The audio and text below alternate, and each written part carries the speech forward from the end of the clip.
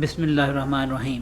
امریکہ میں سیاست پر نظر رکھنے والے اکتوبر سرپرائز کے بارے میں طویل عرصے سے بات کرتے رہے ہیں، جو صدارتی دور کو آخری مرحلے میں ختم کرنے کی صلاحیت رکھتا ہے۔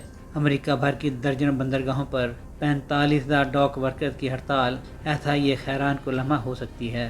انٹرنیشنل لانگ شور مینز ایسوسی ایشن ILA یونین کی جانب سے منگل سے کام پر نہ جانے کے فیصلے سے 5 نومبر کو ہونے والی ووٹنگ سے 5 ہفتے پہلے ملک میں معاشی افراتفری پھیلنے کا خطرہ ہے۔ مشرق سے لے کر خلیجی ساحلوں تک 36 بندرگاہوں پر، جو ٹیکساس سے مین تک پھیلی ہوئی ہیں، کام رک گیا ہے۔ یہ بندرگاہیں مل کر سمندر کے ذریعے ہونے والی نصف سے زیادہ درآمدات سنبھالتی ہیں۔ اگرچہ خریداروں کو چیک آؤٹ پر فوری طور پر کوئی تبدیلی نظر آنے کا امکان نہیں ہے، لیکن طویل ہڑتال سپلائی چین کو تباہ کر سکتی ہے، جس کے نتیجے میں صارفین کے لیے قلت اور قیمتیں بڑھ جائیں گی۔ سمندری غذا اور فوڈ سے لے کر کپڑے، الیکٹرانکس، کاریں اور ادویات سازی کا سامان سب سے زیادہ خطرے سے دوچار مصنوعات ہیں۔ تجزیہ کاروں نے ہڑتال سے پہلے اندازہ لگایا تھا کہ مشرقی اور خلیجی ساحلی بندرگاہوں کے بند ہونے سے معیشت کو ایک دن میں $5 ارب کا نقصان ہو سکتا ہے۔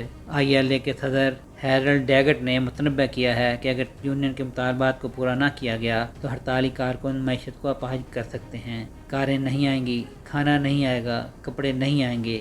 ڈیگٹ نے TV چینل پر یہ ریمارک دیتے ہوئے کہا، آپ جانتے ہیں کہ ہماری ملازمتوں پر کتنے لوگ انحصار کرتے ہیں؟ آدھی دنیا۔ ادھر صدر جو بائیڈن، جنہوں نے خود کو امریکی تاریخ میں سب سے زیادہ یونین کے حامی رہنما کے طور پر پیش کیا ہے، نے کارکنوں کے مطالبات کی حمایت کا اظہار کرتے ہوئے 1947 کے ٹافٹ ہارٹلے ایکٹ میں موجود اختیارات کو استعمال کرنے کے مطالبات مسترد کر دیے ہیں، تاکہ ہڑتالی کارکنوں کو واپس آنے کا حکم دیا جا سکے۔ یہ سب ڈیموکریٹک پارٹی کی نامزد صدارتی امیدوار اور نائب صدر کملا ہیرس کے لیے ممکنہ خطرے کی علامت ہے، خاص طور پر ایسے وقت جبکہ وہ معاشی مسائل پر ووٹروں کا اعتماد حاصل کرنے میں مصروف ہیں۔ سہیل شہریار، آئی پاک TV۔